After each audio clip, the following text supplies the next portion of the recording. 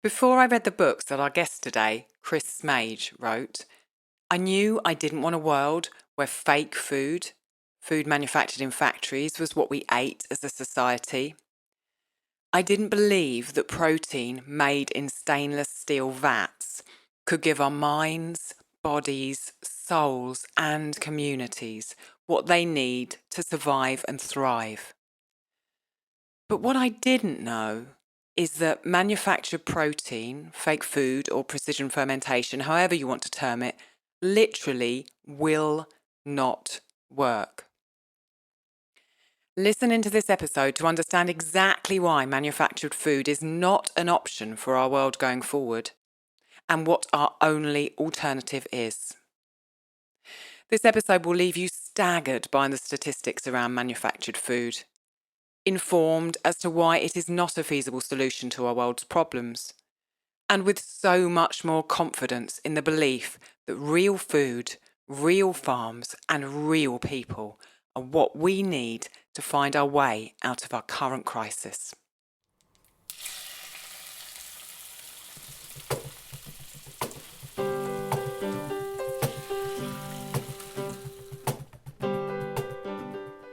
Welcome to the Ancestral Kitchen podcast with Alison, a European town dweller in central Italy, and Andrea, living on a newly created family farm in northwest Washington State, USA. Pull up a chair at the table and join us as we talk about eating, cooking, and living with ancient ancestral food wisdom in a modern world kitchen.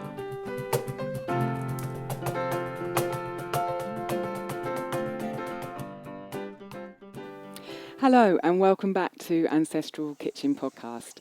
I've got a guest today, Chris Smaje, who is the author of two books.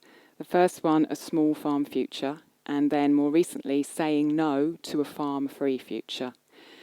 As well as researching, writing and campaigning on local food systems, Chris also runs a small holding in Somerset, which is in southwest England, where he feeds his family and grows vegetables to sell commercially.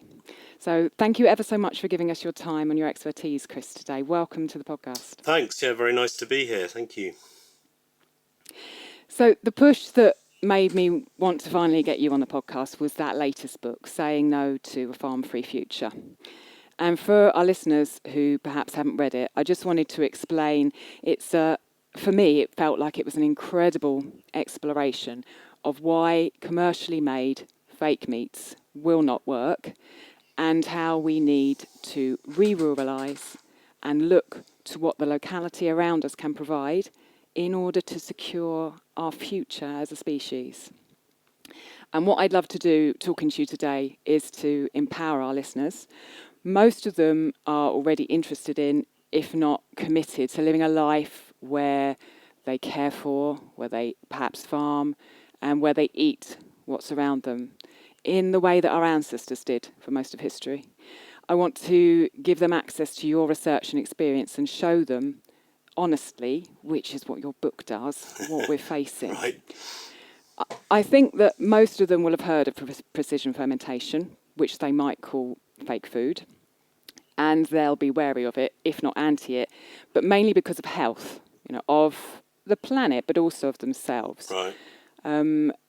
But if they're like me or like I was before I read your book, they won't necessarily understand all the assumptions built into it, all the consequences that come from it, and the inherent impossibility of it based on the current climate change situation we're in. And I'd like to dive into all of that. Right, if great. You're ready. Yeah, sure. Okay, so let's just start with the first question we ask all our guests is, what was the last thing you ate? Right. Well, it's 9 a.m. here in Somerset. I haven't actually eaten any breakfast, which sometimes is the way my days go. But I had a great meal last night with a bunch of people here on the holding, where everyone cooked, brought some stuff, sat around the fire. So we had some potatoes, roast potatoes from the farm, salad, some figs actually from a fig tree of ours that is finally started producing figs, and so a bunch of really nice sort of fresh fruit and veg really from the farm mostly. So yeah. And sharing with people, And that just makes any food so much nicer. Yeah, absolutely. We had a whole bunch of different people here. We got sort of some people resident on the site and friends of theirs and colleagues. So yeah, nice, nice social occasion. How big is your farm? 18 acres altogether. So yeah, small by modern farming standards, but keeps us busy. Yeah, indeed. If you've been around ancestral food for 10 minutes, you know liver is a superfood. You're looking at a food packed with vitamins A, K, a broad spectrum of B vitamins, CoQ10, bioavailable iron, plus many essential minerals and more. Liver is your first stop when seeking to gain energy and restore your health. Not only is it a delicacy and staple of traditional diets, it's the first thing most animal predators go for when hunting. Are you looking for a good way to work liver into your daily life, but getting it on the table just isn't happening yet, or as much as you'd like? This is where liver capsules come in. Allison and I are both supplementing our ancestral diets with liver capsules from One Earth Health. We get all the incredible benefits of liver, even when we're on the road or preparing non-liver meals for our family, and the sourcing and preparation has all been handled for us. One Earth Health produces nutritious organ capsules from 100% grass-fed New Zealand-raised cattle. Support the pod by purchasing through our link, and you'll also get 5% off and free shipping as a bonus. Go to oneearthhealth.com/ancestralkitchen or check the show notes. So your latest book, Saying No to a Farm-Free Future, was written as a response to a book called Regenesis by the high-profile English journalist George Monbiot. Right. Now, I know that a lot of our listeners who are in the States might have heard Diana Rogers talk about George Monbiot on her podcast, The Sustainable Dish, but perhaps won't know who he is. So can you explain to us who George Monbiot is and what that book is about? Right. Well, he's a kind of campaigning journalist. He writes for The Guardian. He's written lots of books. Over the years, I've been a huge admirer of his work. He basically, he's kind of historically has been one of the few voices kind of pushing a sort of radical green environmental perspective in the mainstream media here in the UK, and it's basically coming from a sort of left-wing perspective. And that was partly why I felt the need to write my book. I mean, I've engaged positively with him on one or two things over the years, including a critique of these kind of sort of high-tech techno-fix sort of corporate, food system tweaking that goes on, and he's kind of drifted in recent years. I think probably for reasons that that he has his rationale for it, which I think is well intended, but I think wrong. But he's kind of drifted into endorsing these technologies, and I felt the need to write the book partly because of who he is, because I think a lot of people who perhaps don't necessarily know much about the food and farming system, but they're kind of progressive, well-intentioned people, will read his stuff and think, oh well, if George Monbiot says this is okay, then then it must be okay, because he's this voice of progressive green thinking. So that's kind of why I felt the need. It's kind of unusual to write a book that targets somebody else's book, but that was largely the reason, and also because the book was very much an exploration of the food system, and there's a lot of things in his book I agree with. He's got a critique of the kind of mainstream industrial farming system, which I largely agree with. But yeah, in a way, it was a good foil to setting out an alternative perspective of mine, which, you mentioned my first book, A Small Farm Future. So I'm very much coming from the perspective of local sort of community and household based approaches to food, building up from the grassroots our capacity to produce diverse whole foods, which is good for human health, and I think good for ecosystem health as well, ultimately. So yeah, in a way, it was a good foil for putting those alternative arguments. Yeah.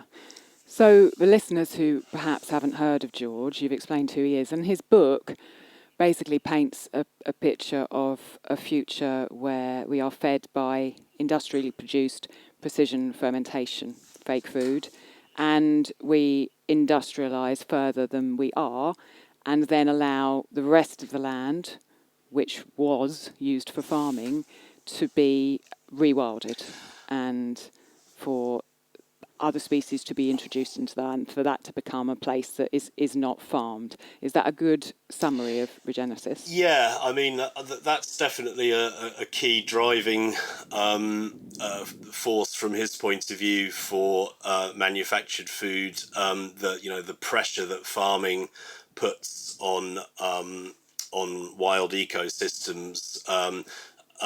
There's kind of some ambiguities in the book. I think my book is has kind of farm free in the title, and as does his book. And there's a question as to how much he's arguing for farm free, and what you actually mean. There's different types of farming, and I think his book tends to not distinguish all that much between different types of farming. But yeah, that's as you just put it, that's basically the rationale that the sort of existing farming is putting too much pressure on nature.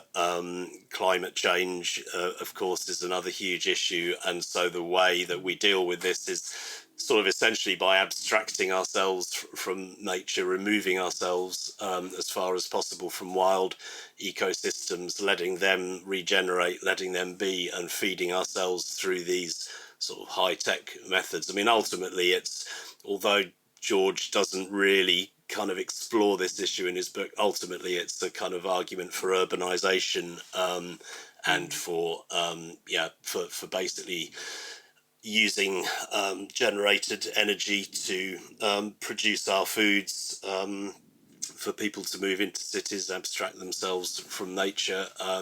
He's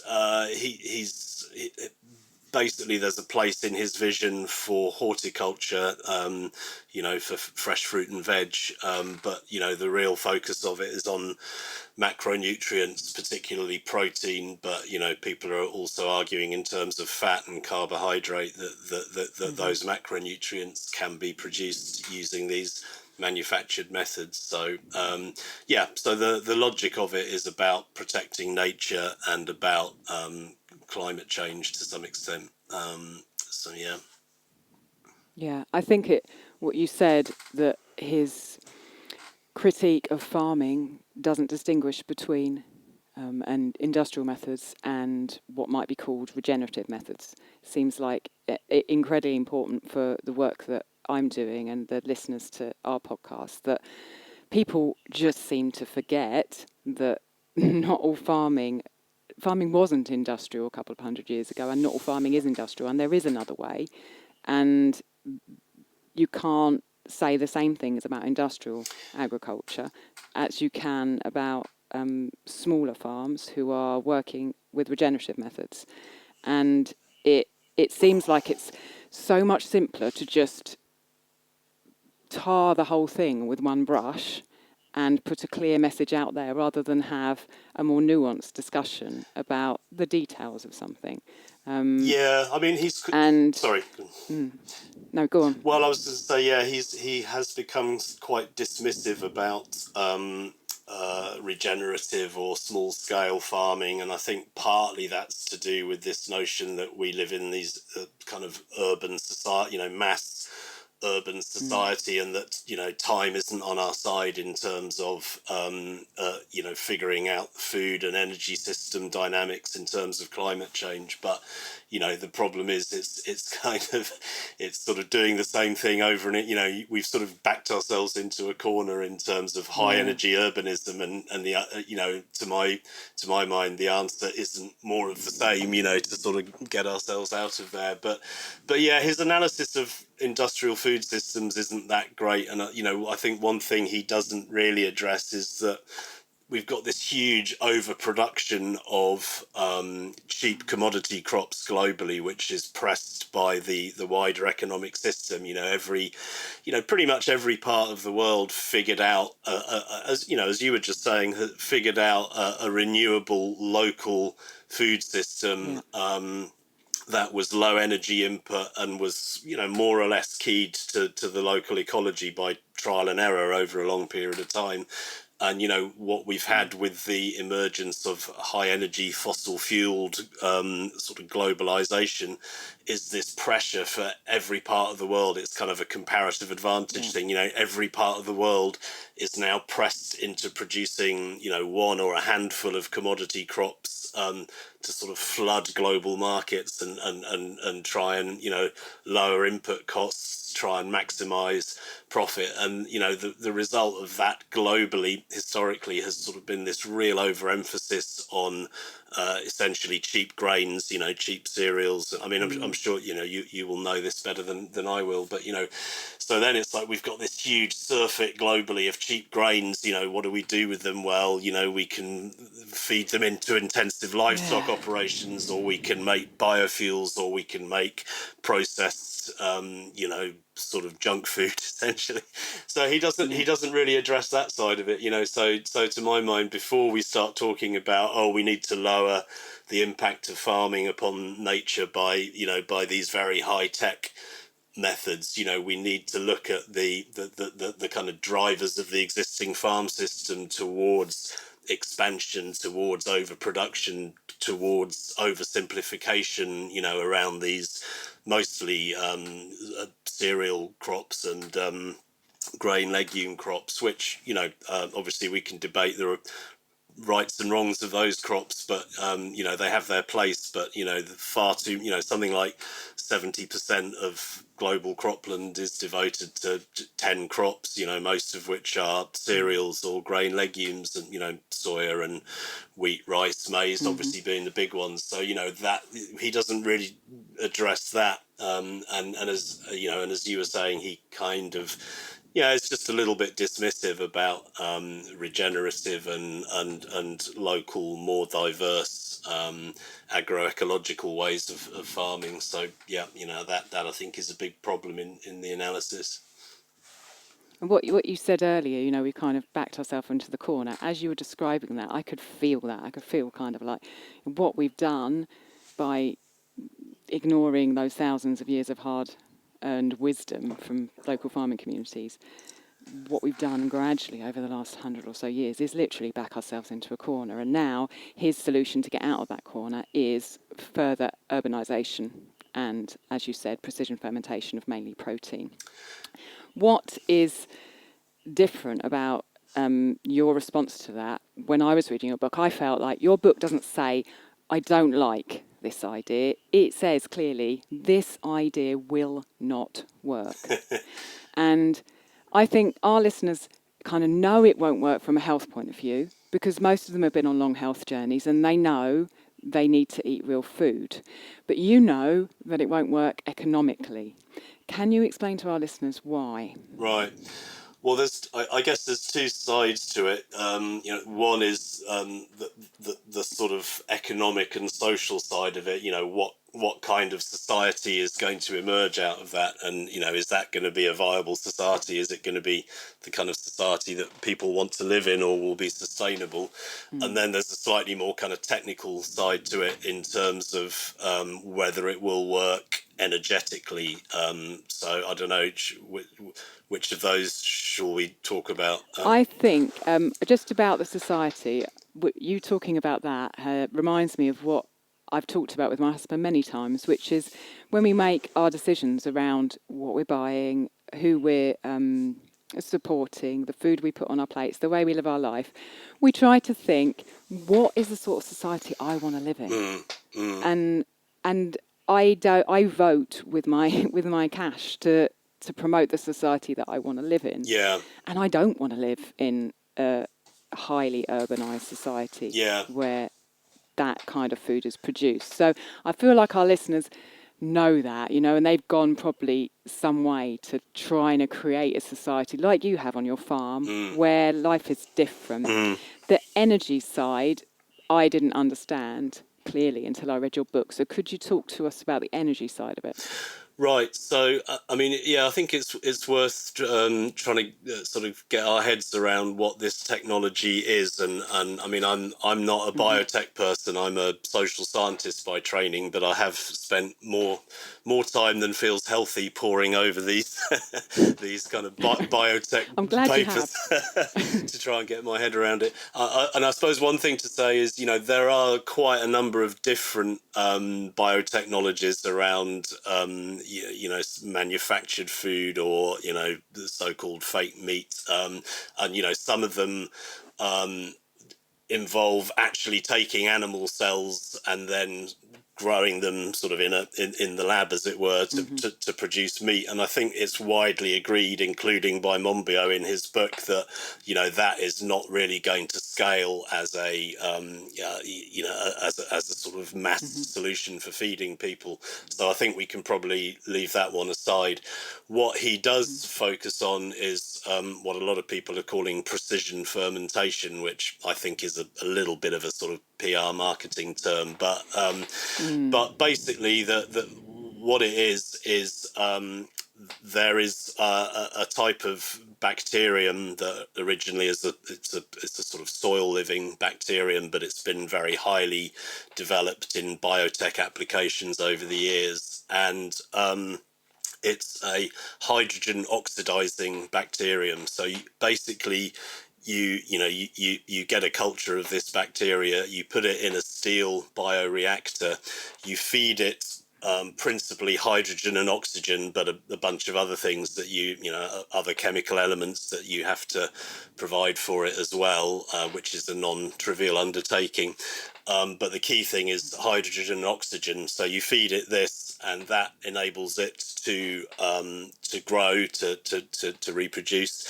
And so you end up with this big slurry of bacterial biomass, which is high in protein, and that's the basis of the food. And it's worth pointing out, I guess, that it is basically bacterial biomass that you're eating. So unlike traditional fermentation, where you use microorganisms to modify an existing foodstuff, here we're talking about purely bacterial matter, and there are some health issues with it in terms of endotoxins and nucleic acids and so on, which I didn't focus on that in my book. The biotech people will say that they can filter all that out and make it edible, and obviously that's the whole other kind of debate to have about it. But the aspect of it that I focus on my book is the energy side to it. So as I said, you need to feed them hydrogen and oxygen. The main way that we get hydrogen as an industrial chemical in the modern world is from fossil fuels, from gas, basically. But the whole point of this is that it's supposed to be a renewable, low carbon technology. So, we can't do that. Where you otherwise will get the hydrogen and oxygen from is by electrolyzing water. So you basically, pass a lot of electric current through water and break it down into its constituent parts of hydrogen and oxygen. Where do you get that electricity from? Well, if we're talking about low carbon electricity, we will have to get it from a low carbon source. So maybe from solar panels, or maybe from wind power or nuclear power. But it's tremendously, to break down water is a tremendously energy costly thing to do. So if we compare this to traditional agriculture, traditional agriculture uses the sun, that we get solar energy, low carbon solar energy for free. Obviously, the solar energy is diffuse, and so that is historically why people have been diffused. We spread out and take advantage of sunlight, and then that leads into all of the issues about urbanization, ruralization, our impact on nature, and so on. But what we're doing, with this manufactured food route is using generated electricity to produce food. Now we're in this historical moment when we're using more and more fossil fuels than ever before. Climate change is a huge, potentially civilization-threatening issue. We need to decarbonize our energy system, and we're not. Globally, we're not doing a great job of that. We need to stop using internal combustion engine cars, for example. We need to stop using fossil fuels to power sort of industries and houses. So we need to decarbonize, and a lot of industries don't really have many options to do that except through electricity. If you want to make steel, for example, instead of using coal in a blast furnace, you might use a sort of electric arc technology. So there's a huge demand for electric energy, which we're not doing a great job of decarbonising it as it is. And now we're in this situation where people are saying, oh, well, let's make our food using low carbon electricity. Yeah. And that's kind of what I'm saying in the book. This is crazy. If we had, huge amounts of surplus low carbon electricity knocking around that we didn't know what to do with, well, yeah, then maybe there'd be a case for this technology on energetic grounds. But, we're not even decarbonising the existing energy system. And, there's all these industries that are desperately trying to decarbonise, looking for low carbon electricity. The one industry that can be energized in a low carbon way is agriculture. We can just use the sun, and for sure we need to do that in a more thoughtful way. I'm not questioning Monbiot's arguments that as we were saying earlier, that the modern farming and food and farming system has a lot of environmental negatives associated with it. But basically using abundant low carbon solar energy to energize our food production rather than precious generated electricity, it's kind of a no-brainer. And I go through the figures in Monbiot's book. I think he gets them wrong basically, and we're looking at if we were trying to feed all of humanity, certainly in terms of calories, we'd be looking at something like 90 times more solar energy than we're currently producing globally at a bare minimum. That's being generous to the technology. So it just doesn't really stack up energetically, in my view. Yeah, I want to read a quote from your book about that, where you talk about that 90 times, because the figures are just astounding. Like you said, it's a no-brainer. So from your book, you say, to meet all of the global population's calorific needs using manufactured calories, assuming they're safe to eat, would use, at an improbably bare minimum, more than 3 times the world's current electricity supply, or more than 8 times its current low-carbon electricity supply, or more than 91 times its current solar electricity supply.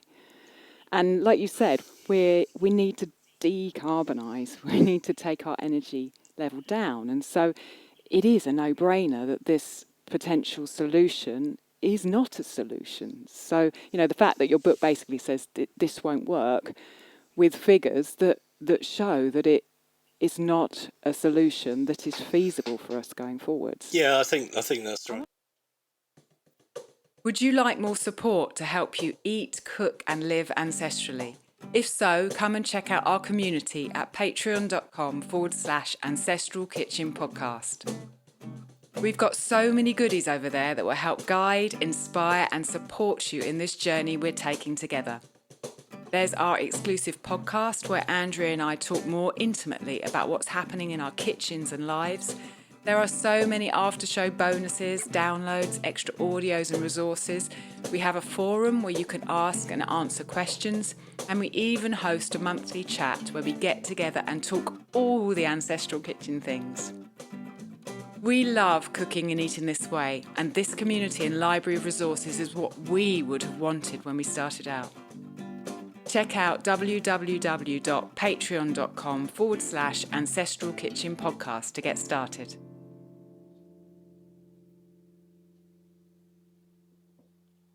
I want to talk about your alternative now, and because you in the beginning of the book you look at precision fermentation and the energy, and you explain all that, and then you go on to say an alternative solution using the diffuse energy that we have free from the sun. Can you explain what your alternative to this future vision is? Well, I mean, the alternative, I think, is the need for agrarian localism. You know, I said earlier that most parts of the world have figured out a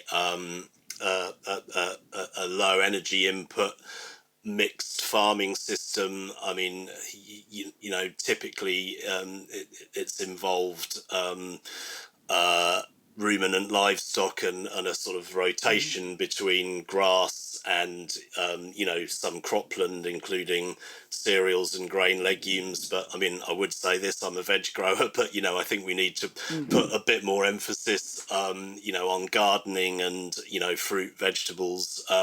But you know, most parts of the world have figured out a system that sort of integrates you know, grass, legumes, ruminants, other livestock, and fruit and veg. And you know, you get the argument you get is that, oh well, yeah, but you know, now we have 8 billion people on the planet, and you know, we're this urban planet, that's not feasible.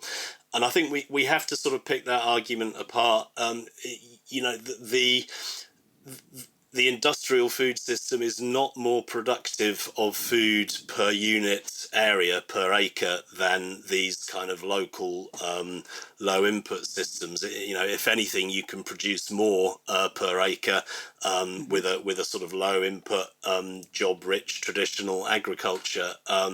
The real issue is that the modern industrial farming system has removed labour from, you know, you produce more per farmer with a sort of high energy modern system that focuses on, you know, the small range of commodity crops that I was talking about earlier.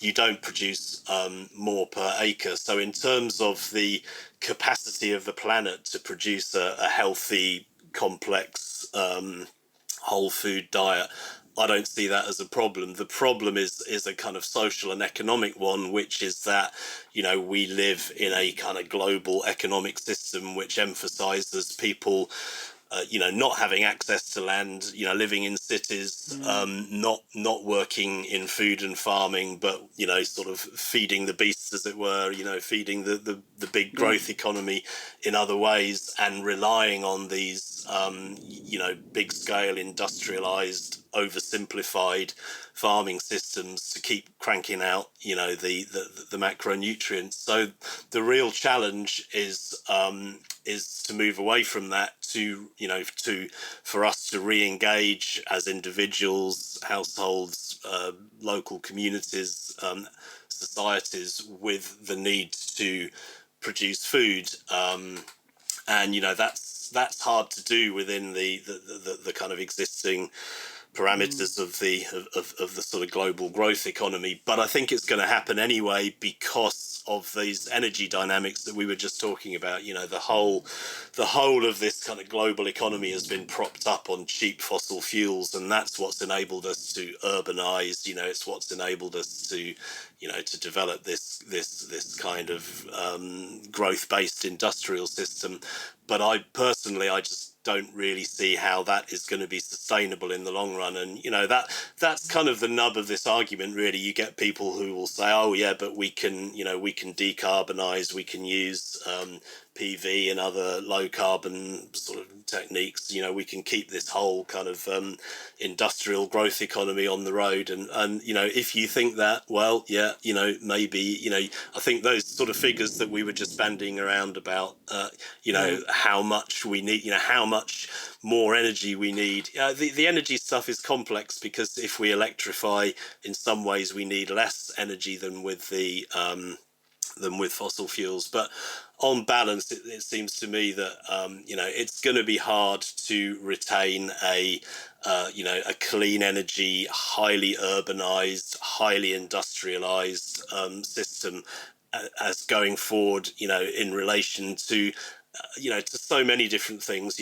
partly climate and energy, political issues, the sort of geopolitics that we're seeing, with sort of like the different centers of global power, the US, the EU, China, Russia. So, there's so many issues wrapped up in all that, in terms of, the extent to which we can keep the sort of urban industrial growth economy on the road. Sorry, I've been going on so long. I've forgotten your original question. No, my original question was, what is your solution? Okay, and right. There's a short phrase in your book where you say, unleash ordinary people and trust them to start developing local food systems. Yeah, so that's... And I just thought that kind of unleash ordinary people. They did it for thousands of years and it worked. Yeah. And just rather than... George Monbiot comes from a kind of a socialist background, and I think that must influence his work, because he's kind of... his systems are working on, well, let's find a way that we can organise everyone, rather than that unleash ordinary people, which is much more a kind of a self-generated solution. Yeah, that's... No, sorry. Although he's a socialist, and he's, like you said, a green kind of influencer, but his solution can be picked up by the other side of the scale, the capitalists, who then see that as an opportunity to make a profit. And that's where I feel like there's a danger for influencing people's thoughts about it, because, capitalism and that side of it has incredible influence over media and over what's put out there. And so if they can take that idea and see it as a way to make money, and then put that out back into the world through the power they have through the media, then it becomes offered as a solution which people then don't question. Yeah. I think it's important, the point you just raised about profits, and I'd like to sort of make a couple of remarks about that. But also the point you made about socialism is sort of interesting, in that some of the old political categories we had of left and right are sort of breaking down a little bit at the moment. And socialism, a lot of people think, oh, well, socialism or communism, it's something that's completely opposite to capitalism. But actually, I talk about this a bit in the book. You have to put both in the context of a wider culture of modernism or modernity, which is about kind of progress, moving forwards, mass solutions. And socialists and capitalists have sort of different ways of articulating that, but in many ways they're on the same page. And I wrote a blog post recently called Two Lefts, where I sort of made the point that you just did, really, that there are convergences between sort of certain kinds of left wing and certain types of capitalist positions now, which and you see that a lot, movements like eco-modernism that I talk about in the book, or a lot of writers on the left are embracing technocratic solutions and ultimately putting their faith in corporations or sort of corporate government linkages, which again I talk about a bit in the book. So there's a kind of convergence there. And on the other hand, there's this more grassroots sort of libertarian kind of approach. And it's funny because my background, I sort of come out of a sort of left-wing progressive political tradition, but I find, in many ways now I have more in common. Certainly in the US, for example, a lot of people of a more conservative mindset are interested in, they're quite critical of corporate capitalism. They're more into building up their local communities, building up their own sort of family and household and homestead sort of capacities, and it may be that there's things that we might disagree on, but I kind of, that's sort of more the the framing that I think is going to generate solutions. It's not a kind of top-down, one-size-fits-all solution. We've got this big global problem. Here's this new technology that's going to solve it. I wrote a little paper recently where I said, once you let go of this idea that there's kind of one singular, one-size-fits-all solution, then that opens up lots of vistas for all sorts of ways of dealing with problems, locally, connecting with people, trying to, not trying to sort of solve the problems of the world in one fell swoop, but, deal with issues that you're facing locally and sort of, connecting with your community, connecting with food and so on, so that, I think that's the way we need to think about it. But in terms of the profit system, I mean, I think, this is an interesting one where, one thing that Monbiot says is essentially, the food system, he's mindful of the fact that things like manufactured food can be co-opted by big corporations. But he says, the food system is already heavily corporatized. And that's true, but it's nothing like as corporatized as industrial manufacturing systems. I mean, if you think about the makes of car that are available or computers, we're talking about a handful of global corporations dominating the entire industrial sector. Whereas if you talk about food and farming, for sure there are big corporations that dominate a lot of the global trade or a lot of the products that you can buy in the supermarket. But if you just look around a neighborhood, even in cities, there are gardens, there are community gardens, allotments, small farms. The food system is inherently less prone to monopoly than the industrial system. And so this is one of my big worries with the manufactured food narrative, is that it almost, this argument of sort of removing humans from a land footprint becomes a logic of industrial monopolization, and you can sort of fight all you like and say no, that's not that's not what I want, that's not my vision. But that's the reality of industrial systems, particularly in terms of the relationship that they have with central government, and particularly as we increasingly move into these emergency situations where governments will say, climate is a problem, energy is a problem, we need to feed the people, the science says this, we're going to invest in this manufacturing technology, the manufactured food, even if energetically it's a bit of a no-brainer, because governments have got power and they've got finance. So these are the ways that the chips, I think, might easily fall, and it's quite a dystopian vision, really, of corporate government kind of power to determine the food system that locks ordinary people. Ordinary people, I freely admit that most ordinary people are already locked out of access to land and access to good food. So the key battle, in my view, is to try and overturn that, to try and create more access to gardens, to allotments, to small farms, to the productive capacities of local land to feed people. Whereas this manufacturing food narrative is going in exactly the opposite direction. And to some extent, sorry, I got distracted there. My phone went off. There's so many things in what you said, Chris.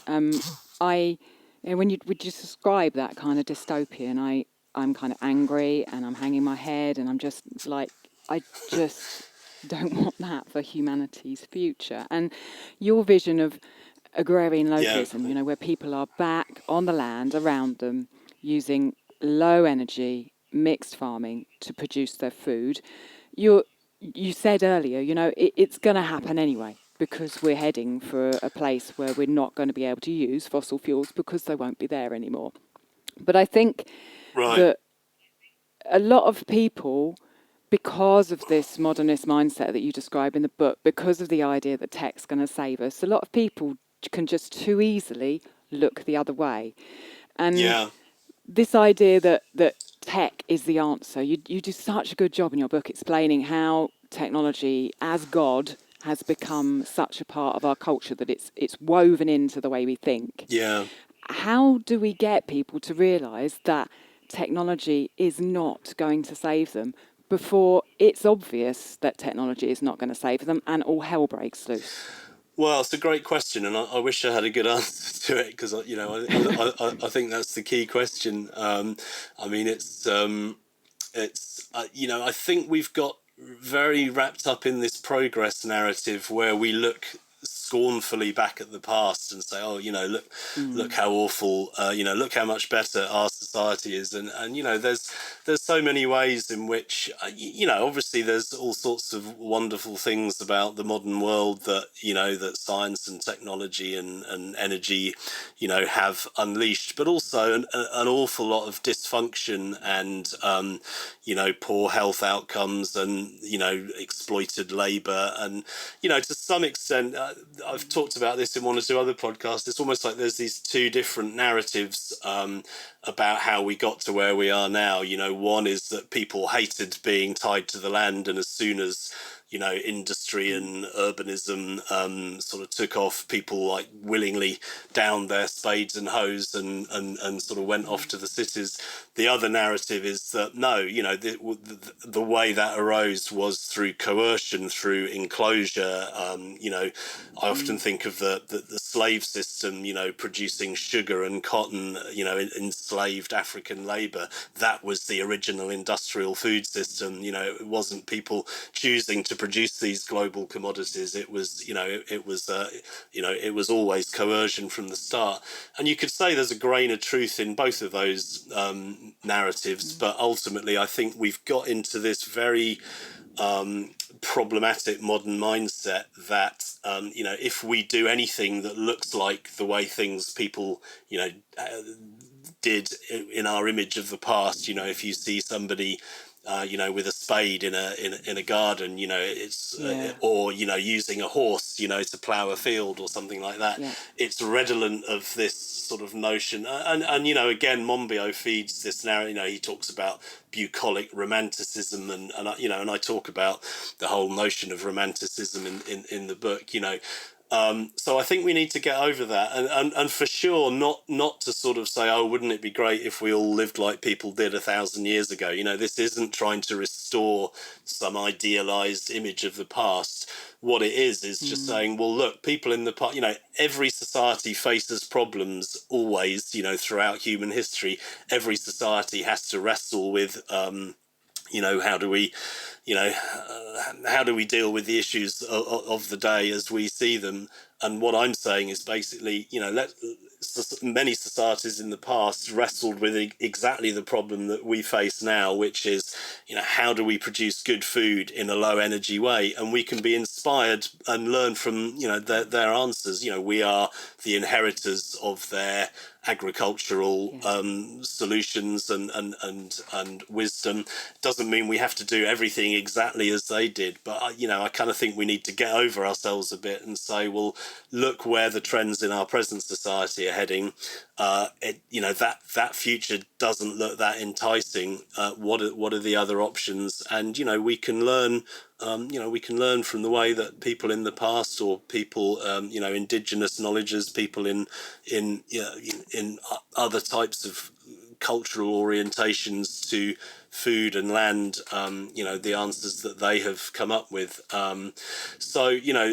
It's easily said, but I think we've got these very powerful blinkers around progress, high energy, high capital, urbanism, And what I would like is for us to be able to, to let go of that, not to necessarily let go of it entirely, or to disavow aspects of modern society, but just to do a bit more lateral thinking. And yeah, my sort of Twitter byline is trying to come up with agrarian localism by design, so it doesn't arrive by default. And and I think that is important, because we could have a small farm future which is a pretty grim dystopian one, if we don't try and prefigure it and try and bring it about in better ways, where we work with each other more collectively, and try and make it happen, rather than it happening in a kind of emergency, kind of collapse, chaotic way, which is certainly where we're potentially headed at the moment. So yeah, it's a key question, and I don't have a great answer, other than by all I can do is kind of keep banging on about it, keep doing. But I think and I think in a way the book, this book that we're talking about, felt to me important, in the sense of just sort of saying, look, this high-tech answer does not stack up. Do not kind of put all your eggs in that basket. Don't put your faith in this high energy, high tech, high capital solution. It's not going to work. So if that's not going to work, what else must we do? Well, then we do need to start thinking about using less energy. We do need to question urbanism, and it means that we have to start questioning our sort of economic and social organization, and not just assuming that there's some kind of high energy, high capital, high tech way that's going to bail us out. And as we've been saying, there's elements of that sort of high capital, high tech life that are not that great anyway. It's kind of like the old cartoon of the guy saying, I hate my job, but I need it to pay for my car, and I hate driving, but I need it to get to my job. We need to think our way out of that vicious circle, I think. Wake up. Exactly. Yeah. Hey, you washing the dishes. Been there. You've heard Allison and I talk over and over about her love of rye sourdough bread. Well, I might actually call it an obsession, but that's neither here nor there. Now you can make Allison's rye sourdough in your own kitchen with her as your teacher. And she's a really good teacher. Rye is economical, it's delicious, and full of nutrients and low in gluten. There's a reason why it has been a darling of bread bakers for centuries. Make it into sourdough, as Allison will show you in her course, Rye Sourdough Bread, Mastering the Basics. And you've got an amazing, tasty, and nutritious staple in your kitchen. It's traditional and it's nutritional. In this course, you'll learn everything there is to know about how she creates and maintains her rye sourdough starter, all about whole grain sourdough rye, including the key differences between baking with rye and wheat, how to make 2 loaves, an everyday rye sandwich bread, and a delicious Russian-style dark rye loaf, and what to do with your sourdough discard, including video walkthroughs for sourdough pancakes and a tasty, sweet, spiced cake. Head to www.ancestralkitchen.com/rye. I feel like there's an inertia energy around it, that in the present situation where we're still riding on fossil fuels, the people who are looking away are doing so because, they don't, with the tech answer, they don't have to change what they're doing. They don't have to change their high energy, high capital, just the way that they live their lives. Because changing your life is a hard thing, and changing society is a really hard thing. But, this podcast and the work that I do has the word ancestral in it, and so many people feel what you've just been describing, that we can learn from the past and take all that wisdom and bring it forward into a world where there's sanitation, and we have a lot of other things that we've done that can be utilised to help us. And when you see people getting a garden and putting their soil in their hands, it does change them. So that right to land is really important, because once people start getting involved in living differently, there is an energy and a pull in that which can break through that inertia, I think. I wondered what you thought about the role of education, because you've talked about in the book and now about how the social kind of political situation we've got is a big part of the problem. And it feels like our education system now is just about making cogs for a machine. You mentioned something about it earlier on. And without changing that, it feels like we're creating this next generation that's just going to have that same mindset. And I wanted your opinion on kind of how you feel education fits into this.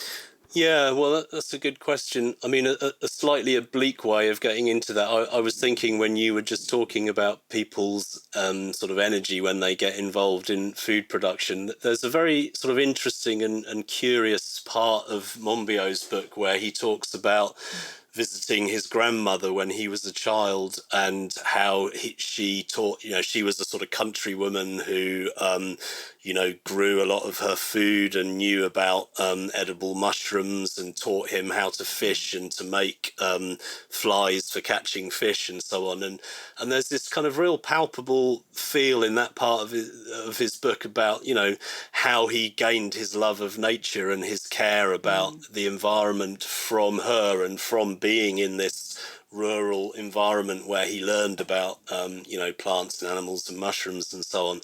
But then he sort of goes on to be scornful about his grandmother's diet, and sort of say that she ate these various horrible kinds of meat, and boiled cabbage or whatever, and he kind of talks about his modern diet with sort of coconuts and chilies and all this stuff from all around the world, and how much better it is. And it's kind of a weird, it's a weird thing, but in many ways, because I think his modern diet is part of a kind of global, set of high energy food supply sort of chains that are quite problematic. But I suppose the reason I mention that in relation to your education question is that a real fear I have about the kind of manufactured food narrative and the urbanization, industrialization narrative is that if, the argument is that if people abstract themselves from nature and live in big cities eating manufactured food, that creates space for the wild things. But that's a huge assumption. My feeling is that if people don't really know anything about nature and their emplacement within it, the chances of them caring about it are not that great, and there's any number of other things that will go on sort of in the wild places that people don't see living in the cities that can be enormously destructive. So that's the problem. So how do we reverse that through education? It's another great question to which I don't have a great answer, but it does worry me the way that the existing education systems, as with everything else in our society, have become, very abstracted from the basics of interacting with nature and producing a livelihood. It's like the way that, you used to sort of have cookery lessons at school, and now it's like food tech, and I remember my kids when they were at the local school here in Somerset, traditional apple growing part of the world. So to their credit, the teachers were like, "Oh, we're going to make an apple pie because apples are traditional to Somerset." But they did it in July when it's just about the only time in the year when you can't actually get local apples. So we were, the parents were told to send apples into school so they could make apple pie, and all the apples were coming from New Zealand or something. So our poor kids, we refused to do that. So we sent them in with black currants instead, which we got. Well done. But that's the level at which we have become so alienated. Even in this area in Somerset, which traditionally has grown apples, the local schools, they know that it's an apple area, but that's the level of alienation. On the upside, we have a little educational co-op that we make space for on our holding Shared Earth Learning, and they do loads of stuff. I mean, I'm not an educator. I'm not a gifted teacher myself, I don't think, but they, they're forest school trained teachers. They do loads of great work, and one thing they do is take kids who are sort of at risk of being excluded from school, because they're basically kids who can't really cope with being cooped up in a classroom for, sort of hour after hour. When they come to our place, it's amazing to see them just engage with, the woodland and the insects and the birds, and they're busy like making things out of wood. And, I sometimes, see them, I'm sort of like, wow, these are supposed to be the naughty kids, and I guess if there's a positive message, I think that people are we are just pretty deeply wired into engaging with the world around us, to being interested in plants and animals, and we've found so many ways to kind of step aside from that and be scornful of that, and yet it's still there, I think, in most of us. So I think whatever any of us can do, whether it's sort of farming and writing as I do, or ancestral food systems and podcasting, and or grow, even if it's just growing a few herbs on a windowsill in an apartment block, just whatever we're able to do, I think, just to keep keep that connection going, with each other and with food and with the natural potential of our surroundings to keep us fed and clothed. I think it's really, really important. But I don't have a kind of maybe my shtick is that there are no kind of single solutions. This is about multiple grassroots efforts for people to do what they can. But it is partly kind of seeing that these kind of one shot technical solutions are not the way to go. And then what if you can see that, not that there's no place for technical skill. I mean, obviously, farming, growing of all kinds, requires an enormous amount of skill, but just to amplify those multiple local grassroots efforts however we can, I think. I think you're right. I've spoken to several people like you who have spaces, who have farms, and who've opened up those spaces to other people, and they've said to me again and again that the individuals that visit their nature places and get involved in the farms, get involved with the animals, get involved with the plants, leave transformed. Mentally and intellectually, in every kind of way. And so the idea of doing what each of us can with the resources that we have, and then opening doors, connecting like we do as humans, in communities, and banging on about it in those communities, and then allowing that, if there's space, to involve other people. It's frustrating because it's not a kind of, I can get this in the Guardian and I've got the power of big industry behind me who can shout about it. But it relies on the power of the individual, like you said, unleashing the power of the individual and spreading that way to create this. So the system's in place when we need it. I mean, one thing I'd add there, just on that note, I'm a big believer in allotments and community gardens and people, within their local communities, sort of basically getting access to growing space. And I think part of that is, we have some allotments on our land that we make available to local people, and when people have a small plot and their own time, they invest so much sort of love and care and incredibly productive spaces. Whereas when you're growing on a bigger scale, you have to sort of oversimplify, and you tend to use more imported energies, or tractors, or whatever it might be. And there's a great book by Dave Goulson. I sort of almost think of it as the opposite of Monbiot's approach. I mean, his book is called, is it Silent Earth or Silent Planet? He's an insect, he's a biologist, academic insect expert, and he's done a lot of work just showing that the so-called insect apocalypse, about the decline of wild insect species, and a lot of that has to do with farming. So it connects with Monbiot's critique of the industrial farm system. It's not only farming isn't the only cause of insect decline, but it's certainly a big one, and a lot of that is about pesticides, insecticides, fertilizers, sort of grubbing up of hedgerows, sort of scaling up farming, and so on, and that has all these kind of cascading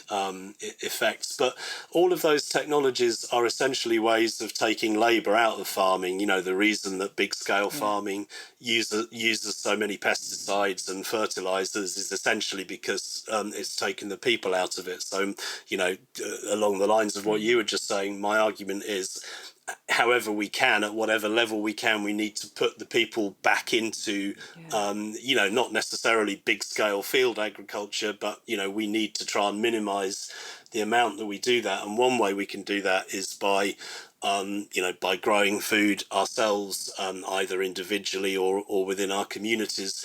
In order to do that, we need access to growing space, and so things like pressurizing councils for allotments is a really key thing. And Goulson's done some research on that, and one of the findings obviously is that if you're growing food on a small scale for yourself, you don't tend to use lots of noxious chemicals, partly because you obviously why would you wouldn't put that on the food that you're going to eat yourself, and also you don't necessarily need to so much, because because when you're investing your labor in a small plot, you can find other ways of dealing with agricultural pests and so on. So I think it's really important, for people to come together and pressurize the powers that be locally to give them access to the capacity to produce food. And that can manifest in many different ways, but just that sort of idea of we need to take charge of our own capacity to produce food, however humbly, but I think amateur food production is really vital. It's a vital part of this. It's not just about tweaking the parameters of big agricultural systems. It's a much more fundamental change about who is producing food and how they're doing so. I think that our listeners who've kind of done that to whatever extent they can, whether it's just herbs on a balcony or a large farm, would kind of say that it's a circle completely, because the more that you're outside in the soil rather than in a cubicle in an office looking at a screen, the more you're getting the sunlight on you, breathing the air, moving around, actually using the body that we have to keep it fit and healthy, like our ancestors used to. They used to work the land, so they used to stay mobile. And so it feels like that feeds back into our physical health and our mental health, and improves us as individuals as well as societies, as well as giving us this food without using the fossil fuels. Yeah, exactly. It's the kind of virtuous circle, and I think that's one of my arguments is, I think we need to think of ourselves as animals, as protagonists in an ecology of which we're a part, and doing the same thing as all the other organisms, which is trying to sort of make a livelihood, and sometimes that does mean fighting our corner against pests or whatever, but doing that in a thoughtful way. But it's a very different mindset.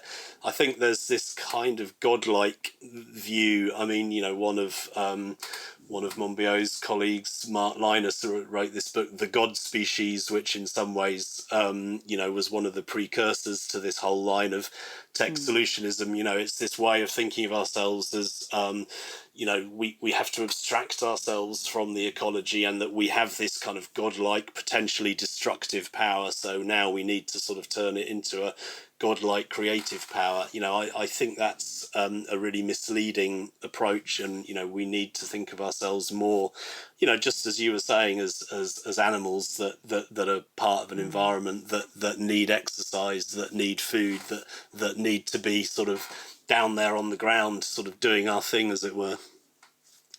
Yeah, yeah. And I'd really point listeners to your book, and you talk about that really succinctly in the idea of it being a keystone species Right, and yeah. doing what we can to maintain and improve the land around us, rather than moving ourselves away from it or dominating it. Right. There's that kind of middle space. Yeah, yeah. So, yeah.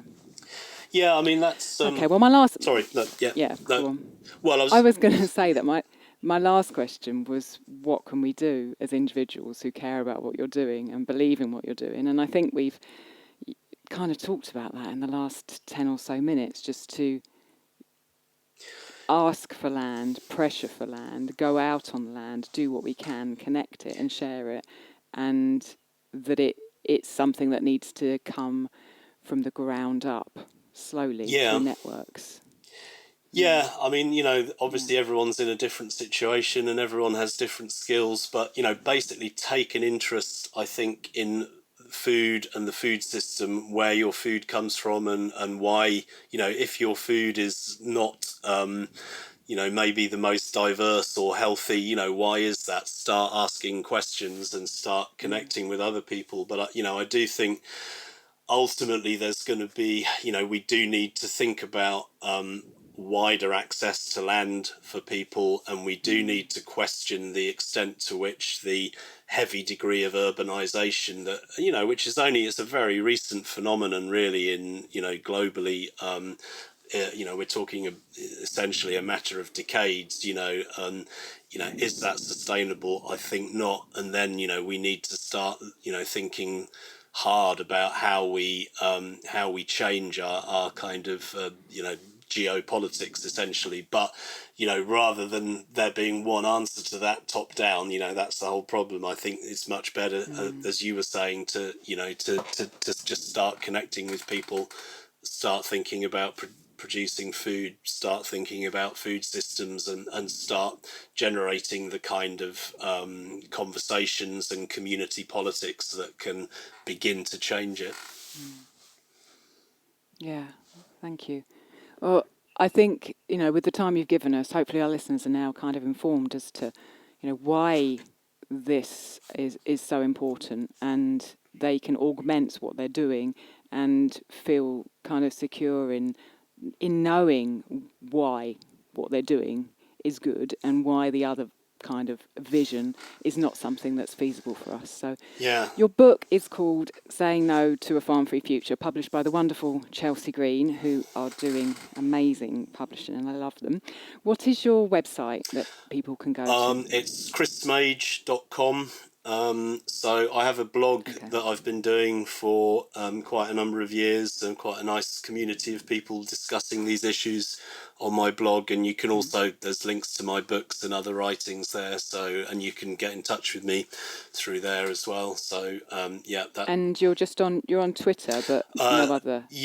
I'm basically on Twitter. I mean, I'm on Facebook. I'm not a great Facebook user, but I don't quite know how it's going to pan out with Mr. Musk, but at the moment I'm on Twitter at Smaje. Okay. So yeah. Okay, great, lovely. Thank you ever so much for your time, Chris. Is there anything else you'd like to share before we finish? No, I think that was any number of things to discuss, but but that was that was great. I mean, I suppose the only thing I'd say is that, in terms of the ancestral food focus, is I hope that I think it's really key to keep that alive, and not be browbeaten by people into sort of thinking that it's somehow outmoded, or that this new tech has is going to sweep everything away, and that we've got new answers. The answers are there are ancestral answers, and it's down to us to live them out and renew them, regenerate them, connect with people. That's got to be the way to do it. Amen. That's my mission. Great. Well, yeah, all power to your elbow. Thank you very much, Chris. You're very welcome. Yeah, nice talking with you. Thank you. Bye. All right, bye.